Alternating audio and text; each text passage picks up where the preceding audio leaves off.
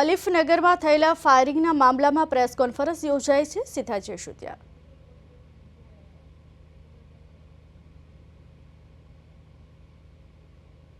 વિસ્તારમાં એક ફાયરિંગનો બનાવ બનેલો હતો।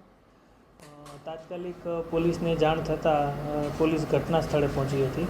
પ્રાથમિક વિગત જાણવા મળેલ કે આ કામમાં એક જે ઇન્જર્ડ છે તે બેનને ફાયરિંગ કરીને આ કામના એક અજાણ્યા વ્યક્તિ ફાયરિંગ કરીને જતા રહેલ છે। તાત્કાલિક અલગ અલગ ઝોન એલસીબી અને સ્થાનિક પોલીસ સ્ટેશન નારોલ વટવા ડિસ્ટાફની ટીમ વર્કઆઉટ કરીને ગણતરીના સમયમાં જ આ કામના જે ફાયરિંગ કરનાર આરોપી છે જેનું નામ છે અરબાઝ ખાન ઉર્ફે ભૂરા ઉર્ફે ચૂચા ઉર્ફે ખાન બાબા ઈશાક ખાન રંગરેજ, જેઓ મૂળ ભીંડ મધ્યપ્રદેશના રહેવાસી છે, તેઓને રાઉન્ડ અપ કરેલ છે। અને પ્રાથમિક દ્રષ્ટિએ આ જે ઘટના બની છે તે અનુસંધાને નારોલ પોલીસ સ્ટેશનમાં ગુનો દાખલ કરવામાં આવેલો છે, જેમાં એટેમ્પ્ટ ટુ મર્ડર, ગૃહ પ્રવેશ અને આર્મ્સ એક્ટની કલમો અનુસંધાને આગળ તપાસ હાથ ધરવામાં આવી છે। પ્રાથમિક માહિતી મળતા આ કામના જે ઇન્જર્ડ છે તે બહેન સાથે આ કામના જે આરોપી છે તેઓને ભૂતકાળમાં પ્રેમ સંબંધ હોય અને એકતરફી પ્રેમના ભાગરૂપે આ કામના જે ઇન્જર્ડ છે તે બેનના 1 મહિના અગાઉ સગાઈ થયેલ હતી, જે આ કામના આરોપીને નહીં ગમેલ હોય, જે અનુસંધાને તેઓ ભીંડ મધ્યપ્રદેશથી આવીને અહીં જે આ કામના ઇન્જર્ડ છે તેઓને એક રાઉન્ડ ફાયર કરીને ત્યાંથી નાસી ગયેલ હોય। આ કામના જે ઇન્જર્ડ છે અને આ કામના આરોપી છે બંને એક જ ગામ ભીંડના રહેવાસી છે મધ્યપ્રદેશ ખાતેના, પરંતુ જે ઇન્જર્ડ છે તેઓ વર્ષોથી અહીં નારોલ વિસ્તારમાં અલગ અલગ જગ્યાએ રહેતા હતા। સર, આરોપી શું કરતો હતો અને તે વેપાર ક્યાંથી લાવ્યો હતો, કેટલા પૈસા લાવ્યો? આરોપી ભીંડ ત્યાં પોતાના વતનમાં મધ્યપ્રદેશમાં જ સબ્જી મંડીમાં સબ્જી અને ગરમ મસાલા વેચવાનું કામગીરી કરે છે।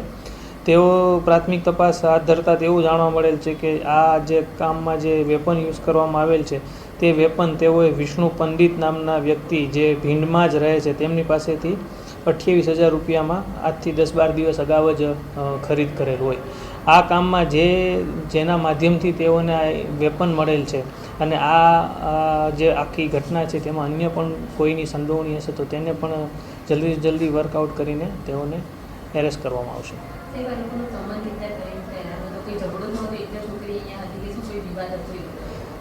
પ્રાથમિક જાણકારી એવી મળી છે કે આ કામના જે બંને વ્યક્તિ છે તેઓ એકબીજાને 5 વર્ષથી ઓળખતા હોય, પરંતુ આ કામના જે ઇન્જર્ડ છે તેઓની 1 મહિના અગાઉ અહીં જ સગાઈ થયેલ હોય, તો તે સગાઈના કામથી આ કામના આરોપીને ન ગમેલ હોય, જેથી તેઓ એકતરફી પ્રેમના ભાગરૂપે અહીં આવીને ફાયરિંગ કરીને નાસી જવાની કોશિશ કરેલ હોય।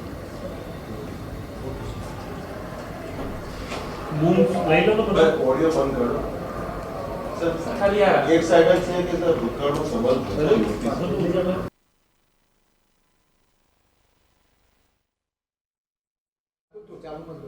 એવું જાણવા મળ્યું।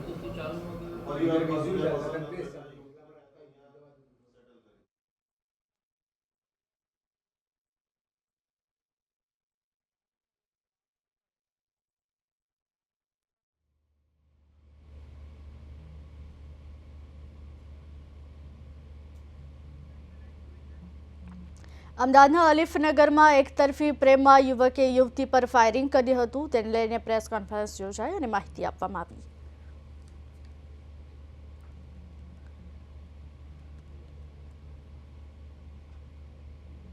જોકે યુવક યુવતીને એકતરફી પ્રેમમાં ફાયરિંગ કર્યું હોવાનું સામે આવ્યું। અલીફનગરમાં ફાયરિંગનો જે સમગ્ર બનાવ સામે આવ્યો હતો, આરોપીએ ઘરમાં ઘૂસીને ફાયરિંગ કર્યું।